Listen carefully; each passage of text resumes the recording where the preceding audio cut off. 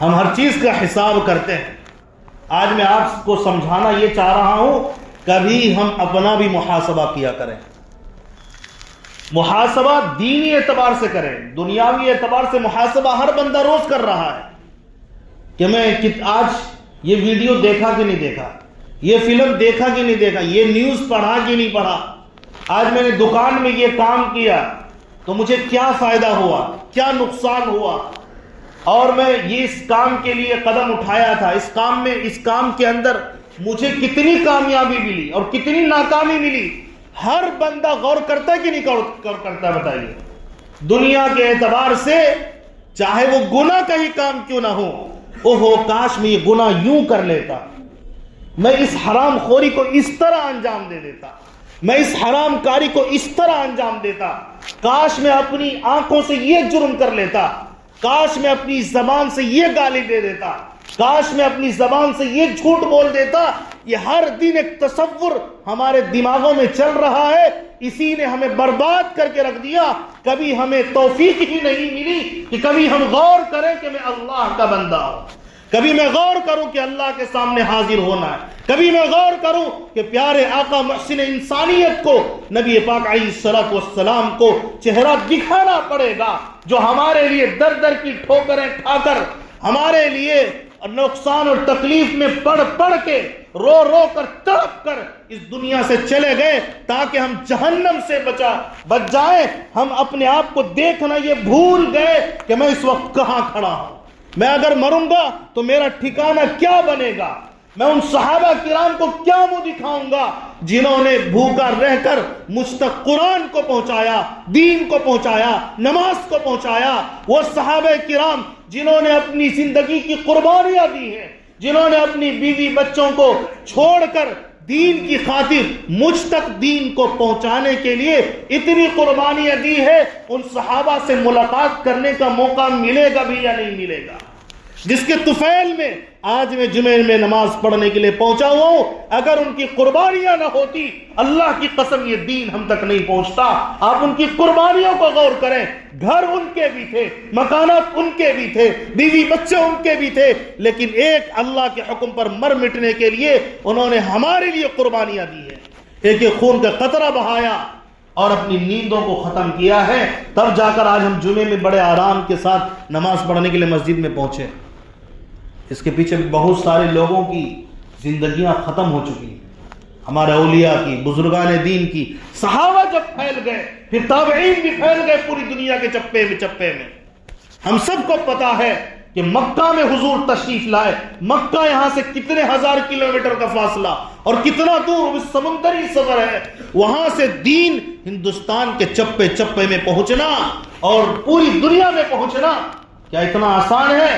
صحابہ نے قربانیاں دی، اس تصور کو بٹھائے، ان کی بھی خواہشیں ہوں گی میری اولاد کامیاب ہو جائے، ان کی بھی خواہشیں ہوں گی میرے بیوی بچوں کے لیے بہترین محلات تیار ہو جائیں، لیکن ساری خواہشوں کو صرف اللہ کے دین کے لیے انہوں نے قربان کر دیا، ساری خواہشات کو کچل ڈالا کہ اللہ مہربانی کرے گا۔ اصل زندگی یہ دنیا کی زندگی نہیں ہے کہ میں اس کے پیچھے پڑھ کر اپنی زندگی تباہ و برباد کر لوں۔ صحابہ نے یہ سمجھا تھا، اسی لیے نبی نے فرمایا الکیس من دان نفسه وعمل لما بعد الموت، کہ سب سے بہترین عقل مند وہ شخص ہے جو اپنے آپ کو پہچانے اور وہ عمل کرے جو مرنے کے بعد اس کو اس کا حساب دینا پڑے گا، یعنی مرنے کے بعد کی تیاری کر کے مرے، اس سے بہتر بندہ کوئی نہیں ہو سکتا۔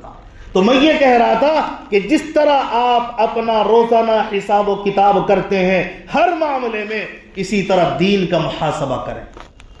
ہر شخص یہ طے کرے کہ روزانہ مجھے محاسبہ کرنا ہے، اپنے آپ کو سوچنا ہے۔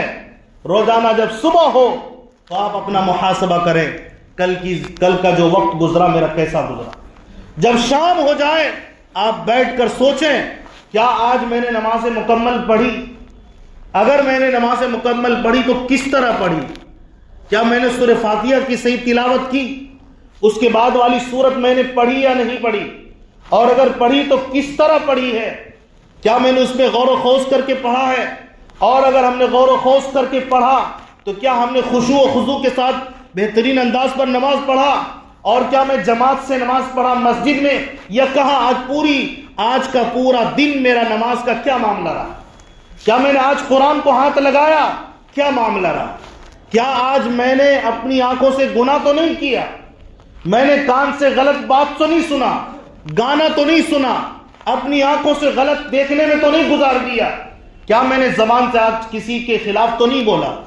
جھوٹ تو نہیں بولا؟ غیبت تو نہیں کیا؟ چغل خوری تو نہیں کیا؟ میں اپنی زبان کو بدبودار تو نہیں کیا؟ میں نے کسی کو گالی تو نہیں دی؟ یہ سوچے، یہ فکر کرے، صحابہ نے یہی سوچا تھا، اولیاء یہی سوچتے رہے، آج علماء اور اسی طرح دیندار لوگ یہی سوچتے ہیں۔ اللہ کے محبوب بندے جب یہ سوچتے ہیں، ان کو اپنی اصلاح کی فکر ہوتی ہے، پھر اپنی نمازوں پر غور کرتے ہیں، اپنے اعمال و کردار پر غور کرتے ہیں، اپنے اخلاق پر غور کرتے ہیں، اور ہر دن اپنے اخلاق کو، کردار کو، اعمال کو سنوارتے چلے جاتے ہیں۔ اسی لیے وہ معاشرے کے اندر شریف انسان کہلاتے، اللہ والا کہلاتے، بزرگ انسان کہلاتے۔ ہمیں تو کوئی جانتا بھی نہیں ہے، ہماری کیا حیثیت ہے بھائی؟ بازار میں چند لوگ جانتے ہیں جن کے ساتھ ہمارے معاملات ہیں، باقی کسی کو کچھ پتا نہیں ہے۔ اور اگر کوئی تذکرہ بھی کرتا ہے تو برائی کے ساتھ، اس کے اندر اتنی خرابیاں، اتنی کیوں؟ اس لیے کہ ہم خود اپنا محاسبہ کرنا بھول گئے۔ ہاں یہ تو بہت اچھے سے آتا ہے ہمیں دوسروں کا محاسبہ کریں، اس نے یہ کیا، اس نے یہ کیوں کیا، اس کے اندر یہ پرابلم ہے، اس کے اندر یہ پرابلم ہے۔ اگر کوئی سامنے تیرے اندر یہ پرابلم ہے، یہ تو ہمیں بہت اچھے سے آتا ہے، تیرا کیا بنے گا مرے گا تو؟ یہ سوچتے ہیں دوسروں کے بارے میں، تیرا قبر میں کیا ہوگا، قیامت کے دن میں تیرا دامن پکڑوں گا۔ اپنا دامن خود اتنا سیاہ اور کالا ہو چکا ہے، اس کا حساب اگر اللہ لینے لگے تو دینے کی فرصت نہیں ملے گی۔ سوچیں، غور کریں، آج میرا تنہائی کا وقت کیسا گزرا، آج میری تنہائی میں کیسا وقت گزرا ہے۔ میں نے جو مال کمایا تھا، اس مال کو ہم نے کہاں لگایا؟ فضولیات میں لگایا یا اچھے کاموں میں لگایا، یا حرام خوری میں لگایا، یا حرام کھانے میں لگایا؟ یہ کون غور کرے گا؟ آخر یہ ڈر ختم ہو گیا تو مجھے بتاؤ، پھر ایمان کس چیز کا نام ہے؟ مسلمان کسے کہتے ہیں؟ مومن کسے کہتے ہیں؟ نبی کا غلام کسے کہتے ہیں؟ اللہ کا بندہ کسے کہتے ہیں؟ مجھے بتاؤ تو صحیح۔ اگر آپ جس وقت کہہ رہے ہوتے ہو میں غلام مصطفیٰ ہوں، میں عاشق رسول ہوں، پھر آپ دسترخوان بچھا کر سکون کے ساتھ بیٹھ کر اور 14 سنتوں کو ادا کر کے کھانا کیوں نہیں کھاتے؟ آپ بازار میں نکلتے ہیں تجارت کرنے کے لیے، آپ جھوٹ بول کر کیوں تجارت کرتے ہیں؟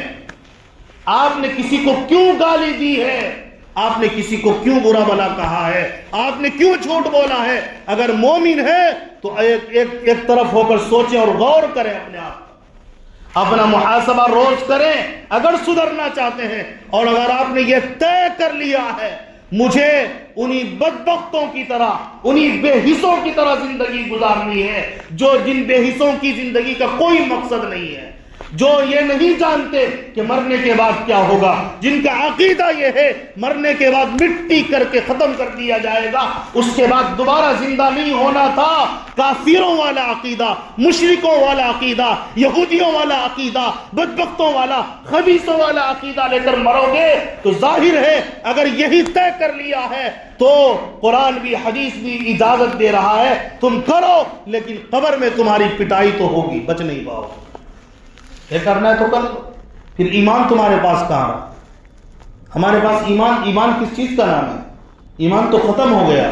اگر ہم نے یہ سوچا کہ اسی طرح زندگی گزارنے میں کامیابی ہے جس طرح اور بدعقیدے لوگ زندگی گزارتے ہیں، جن کا کوئی عقیدہ نہیں، جن کی سوچ اور جانور کی سوچ دونوں برابر، جانور کو بھی اپنا پتہ نہیں اور ایک انسان کو بھی پتہ نہیں، تو بے عقل دونوں کی عقل میں کوئی زیادہ فرق نہیں نظر آتا۔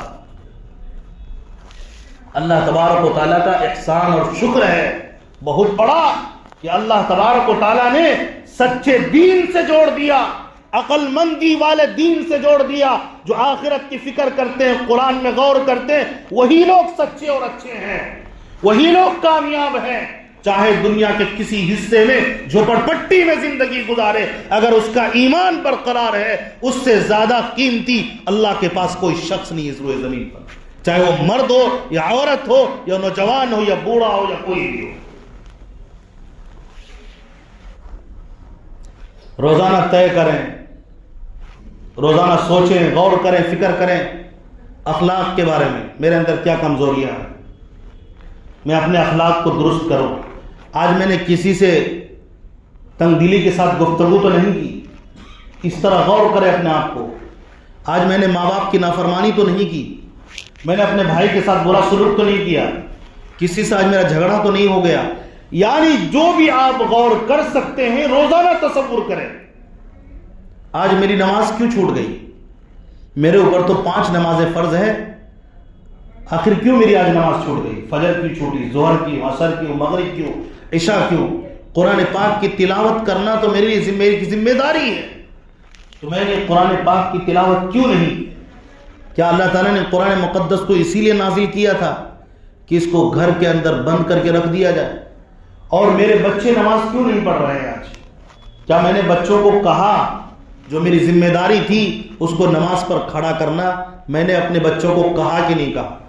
فجر میں اٹھایا کہ نہیں اٹھایا؟ ظہر میں متوجہ کرایا کہ نہیں کرایا؟ میرا بچہ اگر باہر ہے تو وہ قرآن کے ساتھ زندگی گزارتا ہے یا نہیں گزارتا؟ ایمان اس کا باقی ہے یا ختم ہو گیا؟ مجھے افسوس سے کہنا پڑتا ہے لوگوں، افسوس سے، میرے بچے کو اسکول اور کالج ایسی جگہ ہے میرے بچے کی جہاں پر جمعہ پڑھنے کی اجازت نہیں۔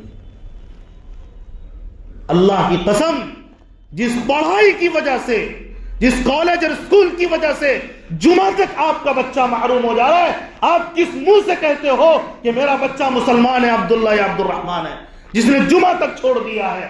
آپ کو کہنے کا کیا حق بنتا ہے کہ آپ فخر سے کہہ سکے کہ میرا بچہ مسلمان ہے؟ آپ تو اسے کافر اور مشرک کے قریب کرتے چلے جا رہے ہیں۔ کیوں پڑھاتے ہیں اسے اسکول اور کالج میں جہاں پر دادا گیری کوئی لوگ کرے اور آپ کے بچے کو جمعے کی چھٹی بھی نہیں ملے؟ کیا ایسے اسکول ختم ہو گئے جہاں پر جمعے کی نماز کے لیے چھٹیاں دی جاتی ہیں؟ میں جمعے کی بات کرنے لگا ہوں، حالانکہ مجھے تو ہر نماز کی بات کرنی ہے۔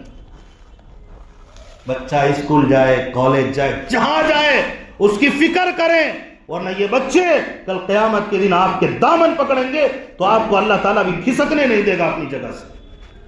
وہ کہہ دے گا میری پرورش میرے ماں باپ نے اس طرح سے کیا ہے۔ اللہ پوچھے گا بھی، کیونکہ اللہ تبارک و تعالیٰ نے کہا ہے، قرآن میں بھی توجہ دلائی ہے۔ اسی طرح اللہ کے نبی صلی اللہ علیہ وسلم نے تو صاف فرمایا، کلکم راع وکلکم مسئول عن رعیتہ، تم میں ہر شخص ذمہ دار ہے، ہر شخص کو اس کی ماتحتوں کے بارے میں سوال ہوگا۔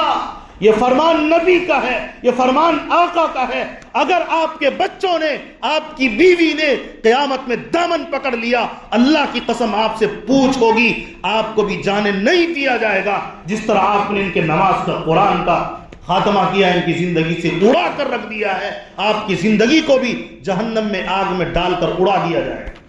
آپ یہ مت سوچے بڑے آرام سے، سکون سے پڑھ تو رہا ہے نا، کامیاب تو ہو رہا ہے نا، امتحان میں پاس ہو گیا۔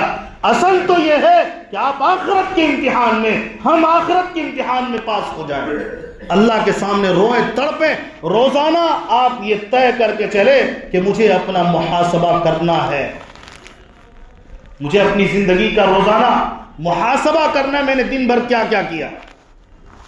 میں چند چیزوں کی طرف آپ کی توجہ میں نے مرکوز کرائی۔ آج میں نے سنت کے اعتبار سے کیوں کھانا نہیں کھایا؟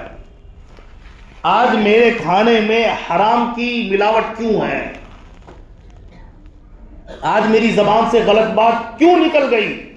یہ تو فرشتے نے نوٹ کر لیا، فرشتہ دیکھتا رہا اور میں جھوٹ بولتا رہا۔